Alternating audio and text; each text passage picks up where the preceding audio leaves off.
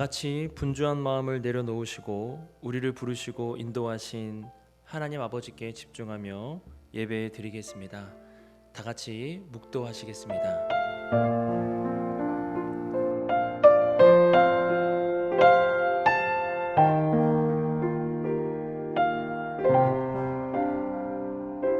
내가 그리스도와 함께 십자가에 못 박혔나니 그런즉 이제는 내가 사는 것이 아니요 오직 내 안에 그리스도께서 사시는 것이라.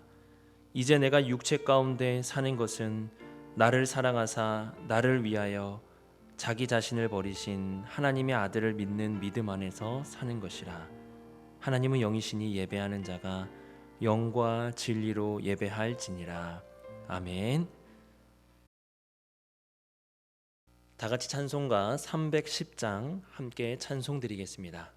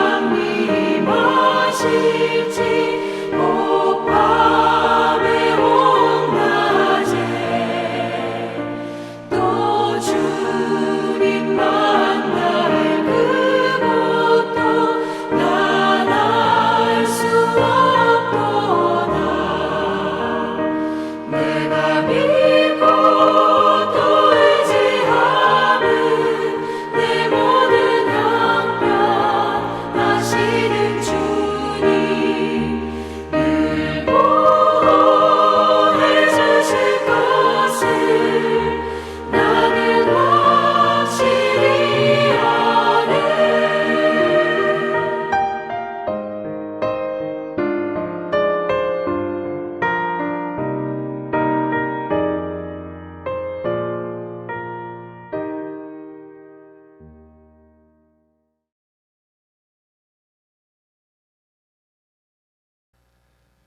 다 같이 기도드리겠습니다.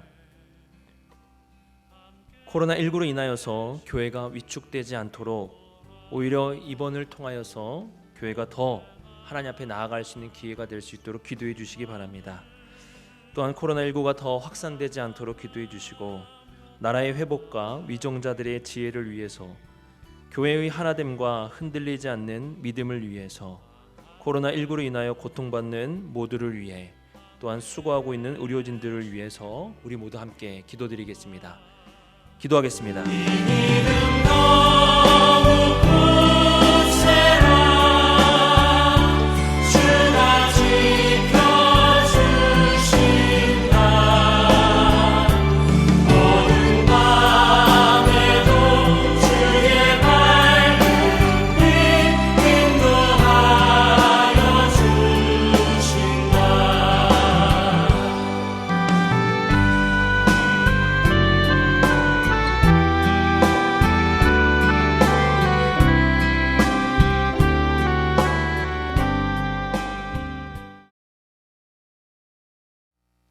하나님의 말씀을 살펴보겠습니다.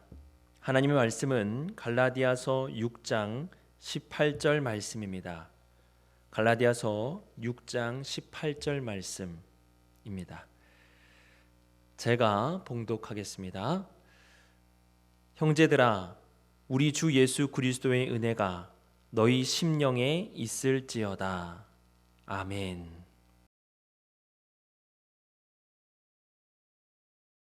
하나님이 사랑하시는 우리 비산동교회 성도님들, 지난 3일간 평안하셨습니까? 코로나19로 인하여서 정말 몇 주 동안 여러분들을 뵙지 못하니까 마음속에 계속 보고 싶은 마음이 들게 되는 것 같습니다.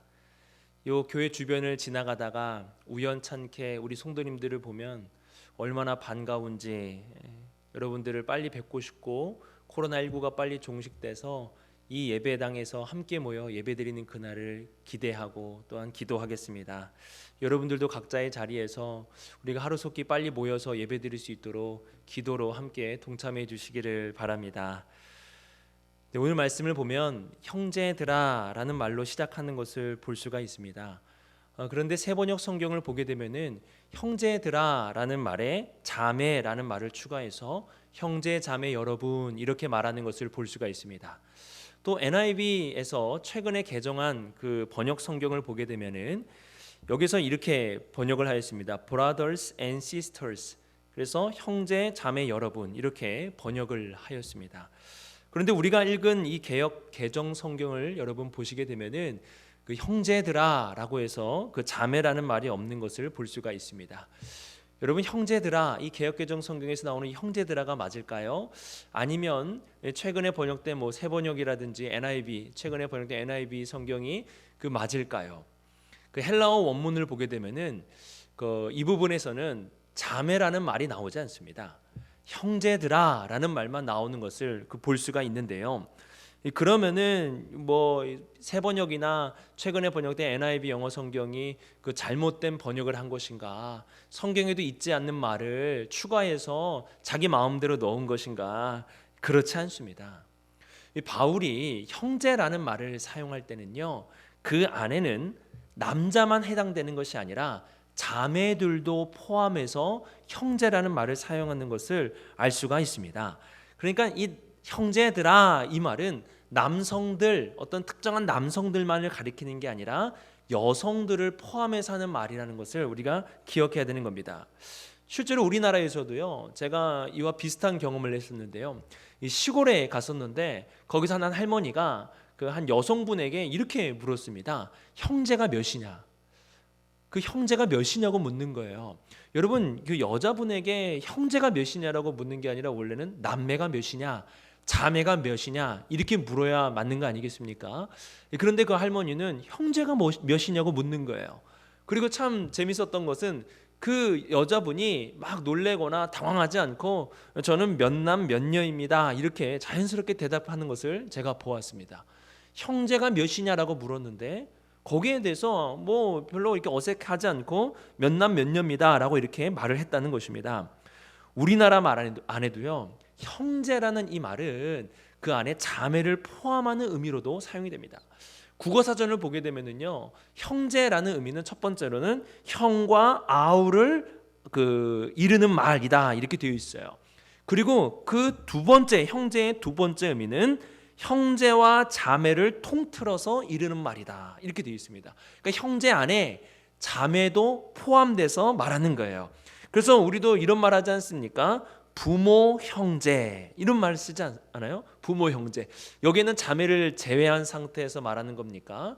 아니죠. 가족을 부모 형제 이렇게 말을 하는데 그 안에는 자매도 포함되는 말이라는 것을 알 수가 있습니다. 이처럼 우리나라 말에도 이렇게 좀 담겨 있듯이 형제라는 말은 어떤 남성들만을 의미하는 게 아니라 그 여성들을 포함하는 그런 의미로도 사용되고 있다는 것입니다. 바울은 이러한 형제라는 말, 그러니까 여성들을 포함하는 형제라는 말을 사용하고 있는데요. 바울이 이 형제라는 말은 단순하게 남자, 여자 이 둘을 아울러서만 형제라고 말하지 않습니다. 빌레몬서 1장 16절에 보면은 이렇게 말을 하고 있습니다. 이후로는 종과 같이 대하지 아니하고 종 이상으로 곧 사랑받는 형제로 둘지라. 내게 특별히 그러하거든 하물며 육신과 주 안에서 상관된 내게랴 라고 말하고 있습니다. 여기서 그 종을 뭐라고 얘기합니까? 형제라고 말하는 거예요. 그러니까 바울에게 있어서 이 형제라는 말은 남자도 형제요, 여자도 형제요, 종도 형제요, 그리고 주인도 형제라는 사실을 알 수가 있습니다. 형제라는 이 말은 어떠한 특정한 누군가를 지칭하는 말이 아니라 바울에게 있어서는 종도 형제요, 주인도 형제요, 남자도 형제요, 자매도 형제라는 의미로 사용하고 있는 거예요. 그래서 형제라는 말은 동등한 의미로서 사용됩니다. 바울이 그 사람을 형제라고 불렀던 것은 동등한 자, 그 모두가 다 동등한 자라는 의미에서 형제라고 부르는 것입니다. 그래서 바울이 이런 말을 하죠. 너희는 유대인이나 헬라인이나 종이나 자유인이나 남자나 여자나 다 그리스도 예수 안에서 하나니라 라는 말을 하는 것을 볼 수가 있습니다.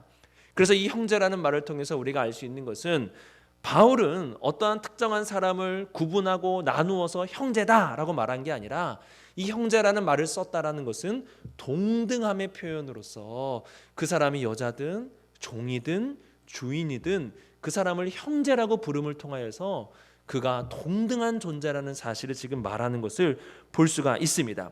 이처럼 형제라는 말은 어떠한 구분하는, 너와 나를 구분하고 어떤 이 사람과 저 사람을 구분하는 게 아니라 그 사람들은 동등한 자라는 표현을 할 때 형제라는 표현을 쓰는 것을 우리가 볼 수가 있습니다. 그리고 이 형제라는 말은 또 어떤 의미로 사용이 되냐면 형제는 구원받은 하나님의 백성들을 가리킬 때 이 형제라는 말을 사용하는 것을 볼 수가 있습니다. 예수님께서 제자들을 가르치실 때에 하나님이 어떠한 분인가를 가르치실 때 이렇게 가르쳐 주셨어요. 너희가 악한 자라도 좋은 것을 자식에게 줄 알거든 하물며 하늘에 계신 너희 아버지께서 구하는 자에게 좋은 것으로 주시지 않겠느냐라고 이렇게 가르침을 주셨습니다. 하나님의 아버지라는 거예요. 그런데 하나님은 이 모두의 아버지가 아니라 여기서 너희의 아버지다 이렇게 말씀을 하셨습니다. 이 너희의 아버지, 여기에서 말하는 너희는 누굴까요? 예수님께서 말씀하신 여기에 너희는 예수님을 따르고 예수님을 믿고 있는 바로 하나님의 구원받은 백성들을 가리키는 말입니다. 그래서 하나님의 구원받은 백성들은 하나님을 아버지라 부르며 서로를 형제요, 이 자매요 이렇게 부르면서 살아가는 것을 볼 수가 있습니다. 그래서 형제요라고 불렀을 때는 예수 그리스도 안에 구원받은 백성을 의미하는 그 단어로 사용되는 것을 볼 수가 있습니다. 그래서 제가 국어사전에서도 좀 신기하게 봤는데요. 아까 형제라는 말이 1번이 뭐였습니까? 그 형과 아우를 일컬는 말이 형제다. 그리고 2번이 어떤 의미였냐면 형제와 자매를 통틀어 이르는 말. 그러니까 형제와 자매를 구분하는 게 아니라 이 동등한 자로서 가리킬 때 이 형제다라고 이렇게 말하는 것을 볼 수가 있고, 그 3번에는 이렇게 돼 있더라고요. 제가 보니까 3번에는 기독교 이렇게 해가지고 하나님을 믿는 신자끼리 스스로 이르는 말이 그 형제다 이런 말을 사용을 합니다. 그러니까 이 형제라는 말은 이 국어사전에도 나오듯이 구원받은 하나님의 백성을 가리키는 의미라는 것을 알 수가 있습니다. 그러니까 구원과 관련된 용어라는 거예요. 그리고 마지막으로 이 형제라는 말은 또 언제 이렇게 사용이 되냐면은 사랑을 하고 있는 대상, 그러니까 예수 그리스도 안에 내가 사랑을 하고 있는 대상, 사랑하기를 포기하지 않는 대상을 뭐라고 말하냐면 형제라고 말을 합니다. 이거를 요한일서 4장 23절을 보면 이렇게 말씀합니다. 우리가 이 계명을 주께 받았나니 하나님을 사랑하는 자는 또한 그 형제를 사랑할지라. 그러니까 형제라는 이 말은 하나님을 사랑하신 것 같이 내가 사랑해야 할 어떠한 대상을 가리킨다는 것을 알 수가 있습니다. 그래서 바울도 이렇게 말합니다. 갈라디아서 5장 13절에 형제들아 너희가 자유를 위하여 부르심을 입었으나 그러나 그 자유를 육체의 기회를 삼지 말고 오직 사랑으로 서로 종노릇하라. 형제들아 라고 부른 다음에 사랑으로 서로 종노릇하라 이렇게 말씀하는 것을 볼 수가 있습니다. 그래서 이 형제라는 단어는 내가 사랑하는 대상, 내가 사랑해야 할 대상, 포기하지 않고 계속 사랑하며 서로 종노릇해야 될 대상을 부르는 호칭이 바로 형제라는 것을 알 수가 있습니다. 여기서 우리는 형제라는 말의 의미를 좀 정리를 해야 되는데요. 형제라는 말의 의미는 어떤 누군가를 구분하는, 성별을 구분하는 그러한 단어가 아니라 어떤 이 동등함의 의미라는 거예요. 형제와 자매와 주인과 종과 이방인과 유대인들을 통틀어서 바울은 형제라고 불렀습니다. 그러니까 이 형제라고 바울이 불렀을 때는 동등한 존재라는 사실을 알 수가 있어요. 첫 번째. 두 번째는 이 형제라는 말은 예수님께서 말씀하신 것처럼 구원받은 하나님의 백성이라는 사실을 알 수가 있습니다. 그 사람이 구원을 받았다라는 사실, 이거를 우리가 고백할 때 형제여라고 이렇게 말할 수 있는 거예요. 그리고 세 번째는 사랑하는 대상을 향해서 내가 예수 그리스도의 마음으로 서로 종노릇하며 사랑해야 할 대상을 우리는 그 형제다라고 이렇게 말하는 것을 볼 수가 있습니다. 그러니까 형제를 정리하면 동등함의 표현이 형제다. 그리고 구원받은 백성을 형제라고 부른다. 그리고 사랑하는 대상을 형제라고 부른다라는 사실을 우리가 기억해야 됩니다. 그런데 우리가 갈라디아서에서 주목해야 할 점은 바울이 형제들아 라고 말하는 시점입니다. 이 헬라어 성경을 보면은요, 형제들아라는 말은 갈라디아서의 그 마지막 말이 아멘이거든요. 그 아멘을 제외한 가장 마지막에 형제들아라는 말이 나옵니다. 그러니까 갈라디아서는 어떻게 끝나냐? 형제들아 아멘 이러고 끝나는 게 갈라디아서라는 것을 알 수가 있습니다. 이상한 거예요. 제가 이걸 보면서 아니 끝나면은 보통 이러한 하나님의 은혜가 너에게 있을지어다 뭐 이런 그 문구로 이렇게 끝나는 게 일반적인데 형제들아 라고 이렇게 부르면서 끝난다라는 거예요. 그래서 제가 그 다른 바울 서신을 좀 살펴봤습니다. 다른 바울 서신도 이렇게 형제들아 라고 부르면서 끝나는지, 일반적으로 바울이 그 편지를 마무리할 때에 형제들아 라고 부르면서 끝나는지 제가 궁금해서 쭉 찾아봤는데요, 제가 찾아본 결과 형제들아 라고 말하면서 끝나는 성경은, 바울의 서신은 갈라디아서밖에 없습니다. 오직 갈라디아 교회를 향해서 편지를 쓰고 그 마지막에만 형제들아 라고 이렇게 말하는 것을 볼 수가 있다는 거예요. 그리고 제가 이 그 형제들아라고 말하는 시점에 우리가 주목해야 된다고 말씀드린 이유는, 우리가 지난 시간에 바울이 괴로워했다라는 사실을 살펴봤습니다. 바울이 왜 괴로워했습니까? 누구 때문에 괴로워했습니까? 바로 갈라디아 교회 성도들 때문에 괴로워한 겁니다. 다른 복음을 듣고 유혹을 받고 거기에 넘어가서 계속 흔들리고 있는 그들, 그리고 이미 그 다른 복음을 듣고 넘어가서 다른 복음 안에 있는 그들을 바라보면서 바울이 너무 괴로운 거예요. 내가 복음을 증거했는데 그 복음을 듣지 않고 다른 복음을 들으면서 바울을 향해서 바울 당신이 가르쳐준 복음은 부족합니다. 바울 당신이 이야기한 그리스도인의 삶은 그게 아니라, 성령과 동행하는 삶이 아니라 율법을 지키며 살아가는 삶이 하나님의 백성의 삶입니다. 막 이런 말을 하니까 바울이 괴로운 거예요. 바울이 너무 괴로웠습니다. 그러니까 바울을 괴롭게 한 그 사람들이 갈라디아 교회 성도들이고, 바울의 이 괴로움은 지금 이 편지를 쓰는 그 마지막 그 순간까지 계속되고 있다는 거예요. 17절 말씀을 쓰는 그 순간까지도 바울은 지금 괴로워하고 있다는 겁니다. 바울의 괴로움은 멈추지 않고 너무 힘들었어요. 예수 그리스도의 흔적을 바라보지 않고서는 이 괴로움을 이길 수 없을 만큼 바울은 많이 괴로워했습니다. 지금 이러한 괴로움의 상황 속에서 바울이 자신에게 괴로움을 준 갈라디아 교회 성도들에게 뭐라고 말하는 겁니까? 뭐라고 말하면서 편지를 마무리하는 거예요? 형제들아 라고 말하고 있다라는 것입니다. 이게 이상한 거예요, 여러분. 여러분을 괴롭게 하는 사람들, 여러분을 힘들게 하는 사람들 어떤 마음이 듭니까? 미운 거예요. 저도 저를 지속적으로 아주 끈질기게 괴롭게 하는 사람들이요, 미워요. 그 사람들 생각하면 제 마음에 제일 먼저 미움이 생각나요. 그리고요, 같이 하고 싶지 않아요. 그 사람들하고 생각하고 싶지가 않아요. 그 사람을 그냥. 왜냐하면 생각하면 마음이 아프고 그리고 미움이 막 떠오르니까 생각하고 싶지 않은 거예요. 나에게 괴로움을 주는 사람을. 그런데 바울은 지금 자기를 괴롭게 하는 사람들을 뭐라고 말하는 거예요? 동등함의 표현인. 그러니까 너는 나를 괴롭게 했으니까 너는 당신으로 내가 부를게. 너는 나와 다른 사람으로 부를게. 그게 아니에요. 동등함의 표현. 자기가 그렇게 늘 불러왔던 죄인과 또한 이방인이든지 종이든지 주인이든지 여자든 남자든 모든 사람을 동등하게 불렀던 그 바울의 표현, 그 표현 그대로 그들에게 부르고 있다는 거예요. 그리고 또 어떻습니까? 이미 그들은 그 다른 복음의 유혹에 넘어가서 많은 사람들이, 우리가 예전에도 살펴봤죠, 개종 직전 개종한 사람들도 있었을 거예요. 다른 복음으로 인하여서. 그만큼 아주 심각한 상황입니다. 그런데 어떤 용어를 쓰는 거예요? 하나님의 구원받은 백성을 가리키는 용어인 형제들아, 이 말을 지금 쓰고 있는 겁니다. 이미 그들은 다른 복음에 유혹돼서 넘어갔어요. 그런데 그들에게 뭐라고 말하는 거예요? 구원받은 백성의 표현인 형제들아라고 지금 말하고 있는 것을 볼 수가 있어요. 그리고 또 이 형제들이라는 말의 의미가 뭐예요? 사랑하는 대상을 말하는 겁니다. 자기를 그렇게 끈질기게 괴롭게 하고 자기를 힘들게 했던 그 갈라디아 교회 성도들, 그 성도들을 어떻게 하는 거예요? 형제들아라고 부르면서 지금도 그들을 사랑하고 있다는 사실을 지금 말하고 있는 것을 볼 수가 있습니다.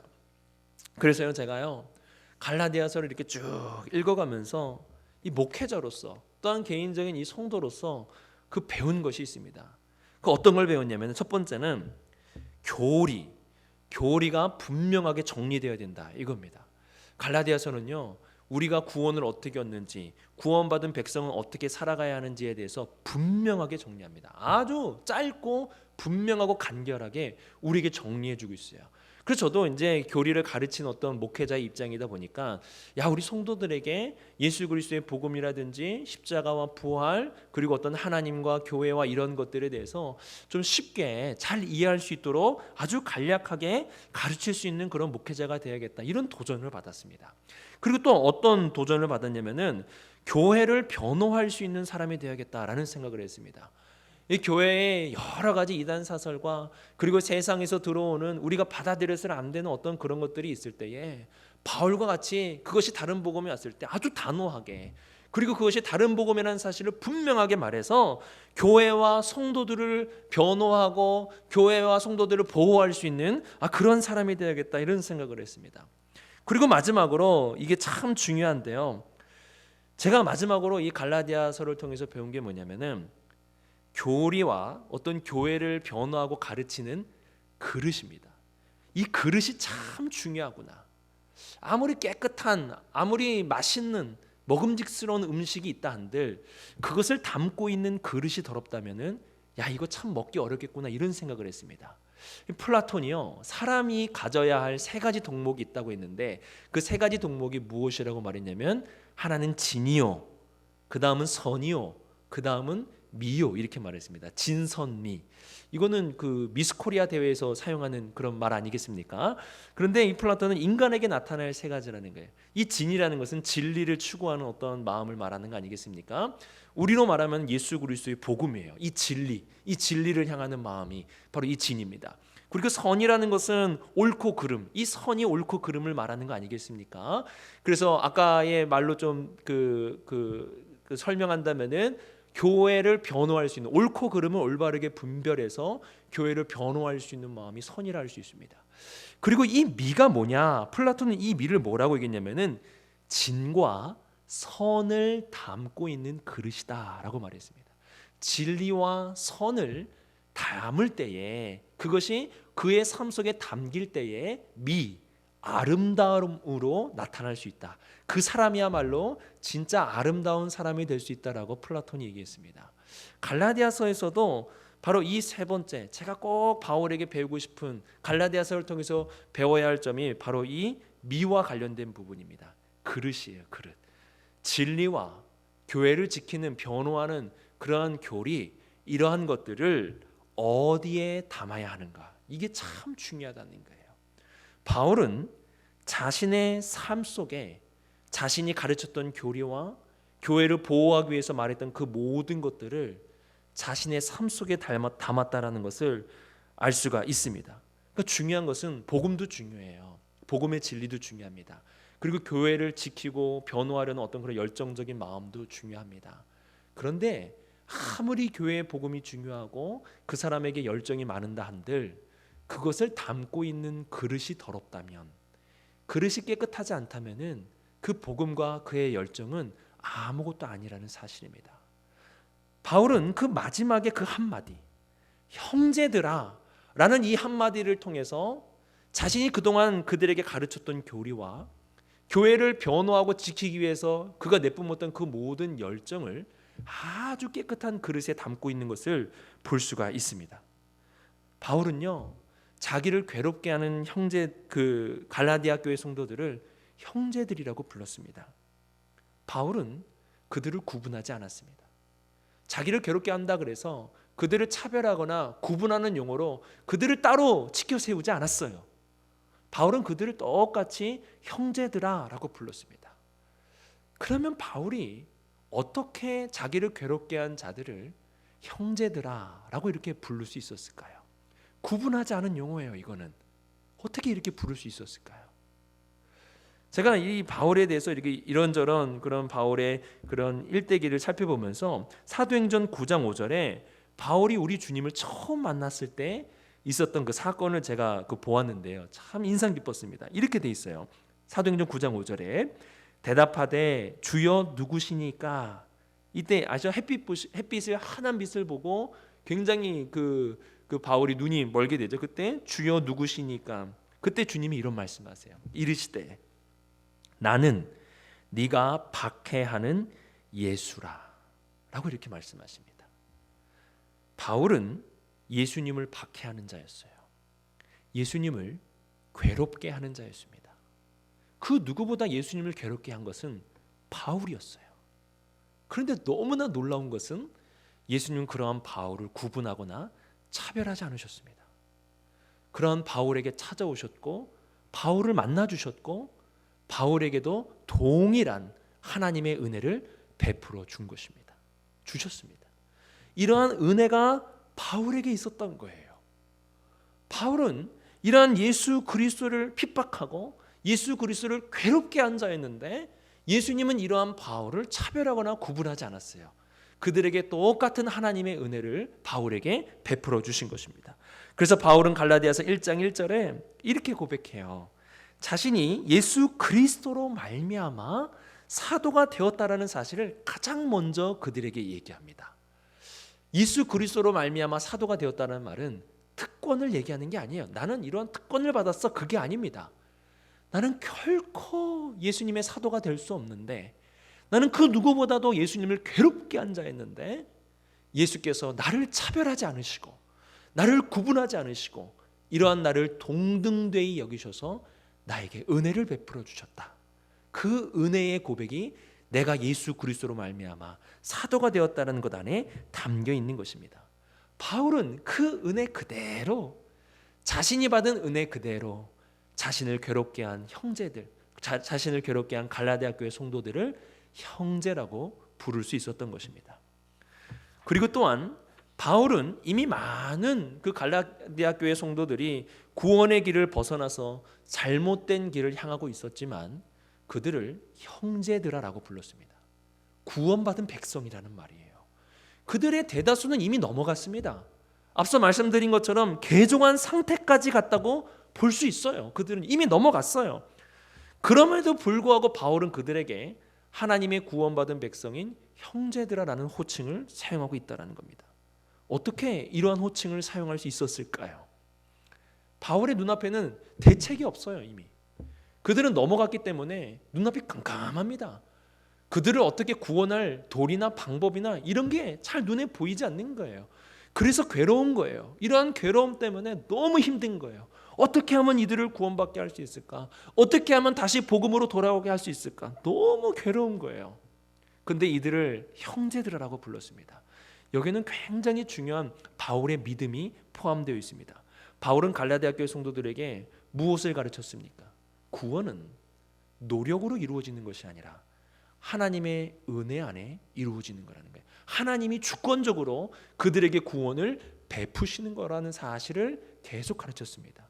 노력으로 얻어지는 게 구원이 아니라는 거예요. 오직 하나님의 은혜로 얻어지는 것이 구원이라는 사실을 계속해서 갈라디아 교회 성도들에게 가르쳤습니다. 예수 그리스도 안에 나타난 십자가와 부활의 복음을 믿는 자에게 하나님의 은혜로 주어지는 것이 구원이라는 사실을 가르친 거예요. 바울이 마지막까지 그들에게 성도들아라고 부를 수 있는 이유는 무엇입니까? 자신의 노력으로는 결코 그들을 다시 돌이킬 수 없습니다. 이미 바울은 자신이 할 수 있는 모든 것을 다 했습니다. 그들이 돌이킬 수 있는 그런 어떠한 것도 보이지 않아 괴로워하고 있어요. 이때 바울이 어떻게 그 고백을 하는 겁니까? 이 구원은 하나님께 있다라는 거예요. 나는 그들을 구원할 수 없다는 거예요. 바로 그 구원은 하나님께 있기 때문에 구원의 주권자는 하나님이시기에 그 하나님을 믿음으로 그들에게 포기하지 않고 형제들아라고 부르고 있는 겁니다. 하나님께서 그들에게 은혜를 베풀어 주셔서 그들이 다시 예수 그리스도 안에 참된 형제 자매로 살아갈 수 있도록 주님 은혜를 베풀어 주시옵소서 라고 자신이 갈라디아 교회 성도들에게 가르쳤던 그 구원의 비밀 그대로 나는 그들에게 구원을 받게 할 수 없지만 하나님의 은혜로 하나님의 능력으로 그들이 구원을 받을 수 있기 때문에 바울은 그들에게 형제들아 라고 부른 것입니다. 그리고 마지막은 바울은 그들을 사랑함으로 형제들아 라고 불렀습니다. 우리는 이 갈라디아서를 통해서 크게 중요한 것 두 가지 줄기를 배웠죠. 하나는 복음이 무엇인가, 구원받은 것이 구원은 어떻게 이루어지는가. 또 하나는 중요한 게 뭡니까? 구원받은 자는 어떻게 살아가는가. 이 살아가는 삶이 중요한 게 뭡니까? 성령과 보조를 맞추며 살아가는 삶이라고 말씀을 드렸습니다. 그럼 성령과 보조를 맞춰가면 사는 삶이 무엇이냐? 바울이 간략하게 이렇게 정리합니다. 사랑으로 서로 종노릇하는 것이다. 사랑으로 서로 종노릇하는 것이 성령님과 보조를 맞추며 살아갈 때 나타나는 가장 중요한 열매라는 사실을 바울이 그들에게 가르쳐 주었습니다. 바울은 자신이 가르쳐준 그대로 마지막까지 사랑하는 자들을 향해 말하는 형제들아 이 말을 사용하는 것을 볼 수가 있습니다. 자신의 괴로움은 있지만 성령님의 인도함에 따라서 바울은 마지막까지 끝까지 갈라디아 교회 성도들을 사랑하는 형제들아라는 말을 사용하는 것을 볼 수가 있습니다. 교회는 항상 수많은 위기를 겪어왔습니다. 초대교회 때도 사도행전 초기에 교회의 아름다운 모습, 교회의 부흥되는 모습이 나타났지만 교회는 그 이후에 엄청난 박해와 핍박을 인하여 흩어지게 되었고 흩어진 그 교회들 안에서는 부흥하고 성장한 그런 일들만 있었던 게 아니라 고린도전서의 말씀과 같이 그 안에는 갈등도 있고 분열도 나타나고 잘못된 교리와 신학으로 인하여서 교회가 이런 갈라디아서처럼 문제도 일어나고 이러한 갈등과 위기의 순간이 너무나 많이 있었습니다. 교회는 이러한 위기 속에서 계속 이렇게 진행해 온 것입니다. 그러면 어떻게 교회가 이러한 위기를 이겨낼 수 있었을까요? 교회가 위기를 이겨낼 수 있었던 그 중요한 것은 바울과 같이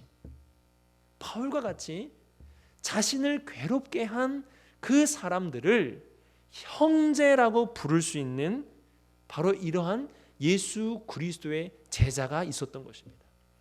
바울과 같이 자신을 괴롭게 한 그 사람들을 형제들이라고 부르면서 그들을 배제하지 않고 동등하게 여기며 하나님께서 그들을 구원해 주시기를 간절히 바라며 포기하지 않는 자, 그리고 끝까지 성령의 인도하심에 따라서 사랑하기를 힘쓴 바로 이러한 바울과 같은 믿음의 선배들이 있었기 때문에 복음은 그 선배들을 통해서 계속해서 우리들에게 전수되어 내려오게 될 수 있었던 것입니다.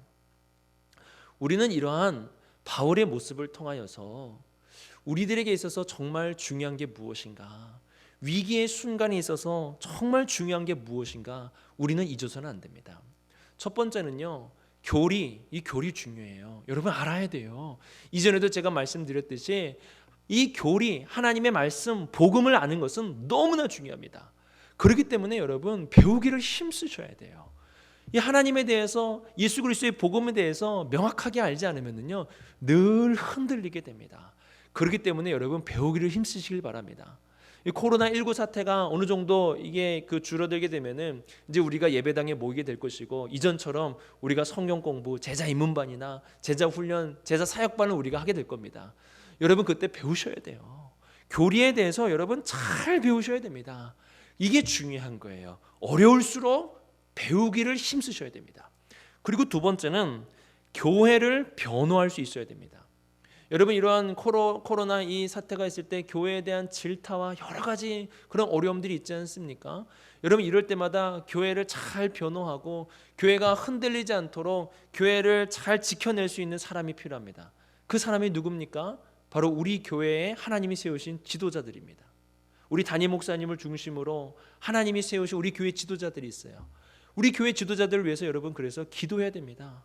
이런 어려울수록 우리는 더 중보함으로 교회의 지도자들이 깨어있고 교회를 올바르게 변호하고 성도들을 보호할 수 있도록 우리가 그렇게 기도해야 되는 것입니다. 그리고 마지막 이 세 번째가 정말 중요합니다. 바울이 그 마지막에 그들에게, 자기를 괴롭게 한 자들에게 형제들이라고 부른 거예요. 바울은 그냥 교리만 가지고 어떠한 지식만 가지고 그들을 가르치지 않았습니다. 그게 중요한 게 아니에요. 그것도 중요하지만 정말로 중요한 것은 그것을 담아내는 그릇이라는 거예요. 여러분이 배우고 여러분이 지금까지 알게 된 그 귀한 복음을 우리의 삶이라는 그릇에 담아야 되는 것입니다. 그래서 나를 괴롭게 하는 자들에게 형제라고 부를 수 있는 바울과 같이 우리의 삶 속에서도 우리가 배우고 듣고 알았던 그 복음을 살아내는 그런 모습이 우리에게 필요한 것입니다. 그래서 어려울수록, 교회는 위기가 닥칠수록 복음을 살아내는 자들이 필요한 것입니다. 복음을 듣고 성령과 보조를 맞추며 살아가는 자들이 필요한 거예요. 자기를 괴롭게 한 자들에게 마지막까지 형제들아 라고 부를 수 있는 그런 귀한 예수 그리스도의 제자들이 필요한 것입니다. 이러한 자들이 있는 한 교회는 흔들리지 않습니다. 이러한 자들이 교회 안에서 기도하고 깨어있는 한 우리 교회는 결코 흔들리지 않을 것입니다. 우리 귀한 성도님들, 오늘 이 말씀을 통해서 우리 비산동 교회를 위하여서 여러분 더욱더 예수 그리스도의 복음을 위하여 또한 다음 세대를 위하여서 배우기를 힘쓰시기를 바랍니다. 그리고 교회 지도자들을 위해서 여러분 끊임없이 기도해 주시기를 바랍니다. 그리고 마지막으로 내가 믿은 그 복음을 우리의 삶 속에 아름다운 그릇으로, 아름다운 삶의 그릇으로 실천하며 살아가시기를 바랍니다. 혹시 여러분을 괴롭게 한 사람이 있습니까? 그 사람들에게 형제라고 부를 수 있는 마음을 달라고 기도하며 살아내시기를 바랍니다. 이런 하나님의 은혜가 우리의 삶 속에 가득하여서 우리가 다시 모이는 코로나19가 종식되고 또한 이 부분들이 잠잠해져서 우리가 다시 만나는 그날에 우리가 서로를 형제라고 부르며 예수 그리스도의 구원받은 자들 또한 서로를 사랑하며 살아가는 그날을 기대하며 기도하겠습니다. 우리 성도님들 오늘 말씀을 통해서 더욱더 깨어서 기도하시고 오늘 말씀을 통해서 더욱더 복음을 살아내시기를 간절히 바랍니다. 기도하겠습니다. 하나님 아버지, 우리가 그동안 갈라디아서 말씀을 통해서 복음이 무엇인지, 구원이 무엇인지, 또한 구원받은 자는 어떻게 살아가는지에 대해서 배웠습니다. 그러나 이러한 것을 우리가 알아도 복음에 대해서, 살아가는 삶의 비결에 대해서 그것을 담는 그릇이 깨끗하지 않는다면 그것은 아무것도 아니라는 사실을 기억하며 오늘을 살아가게 하여 주시옵소서. 복음을 살아낼 수 있는 깨끗한 그릇이 될 수 있도록 인도하여 주시옵소서. 바울이 자신을 괴롭게 한 갈라디아 교회의 성도들을 향해 마지막으로 그들을 형제들아 라고 부른 것과 같이 우리도 우리를 괴롭게 한 자들을 구분하고 나누지 않으며 그들을 형제라고 부를 수 있는 마음을 허락하여 주시고, 또한 나를 힘들게 한 자들도 하나님의 구원의 은혜를 받을 수 있도록 포기하지 않는 마음을 허락하여 주시옵소서. 마지막으로 예수께서 죽기까지, 마지막까지 우리를 사랑하심 같이 우리로 그를 성령의 인도하심에 따라 끝까지 사랑할 수 있는 우리 모두가 될 수 있도록 인도하여 주시옵소서. 이 모든 말씀 예수님의 이름으로 기도드렸습니다. 아멘.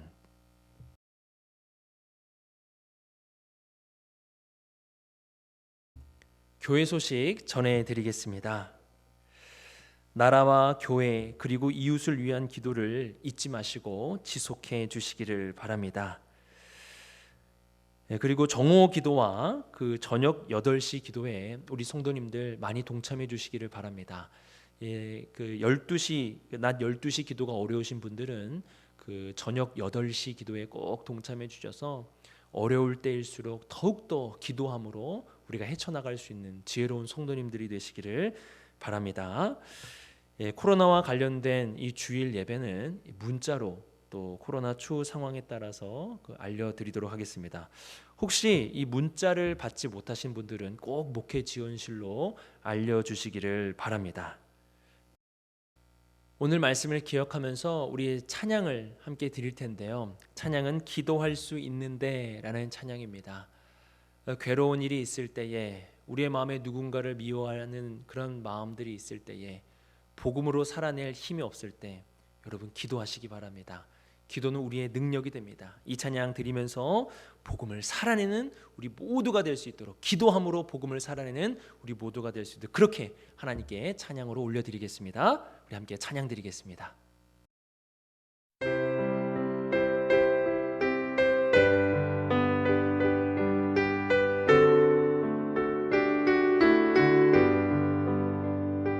기도할 수 있는데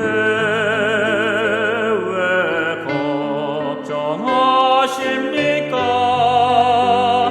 기도하면서 왜 염려하십니까? 기도할 수 있는데 실망하십니까? 기도하면서 왜 방황하십니까?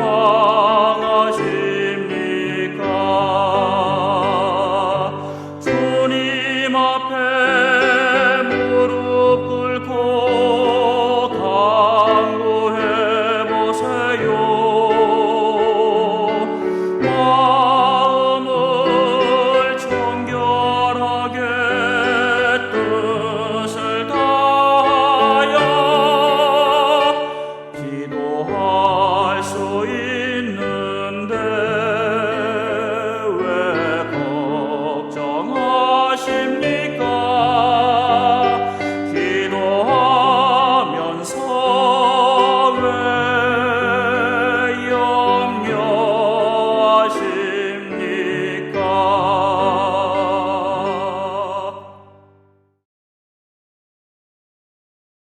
주기도문 하심으로 수요 저녁 예배를 마치도록 하겠습니다.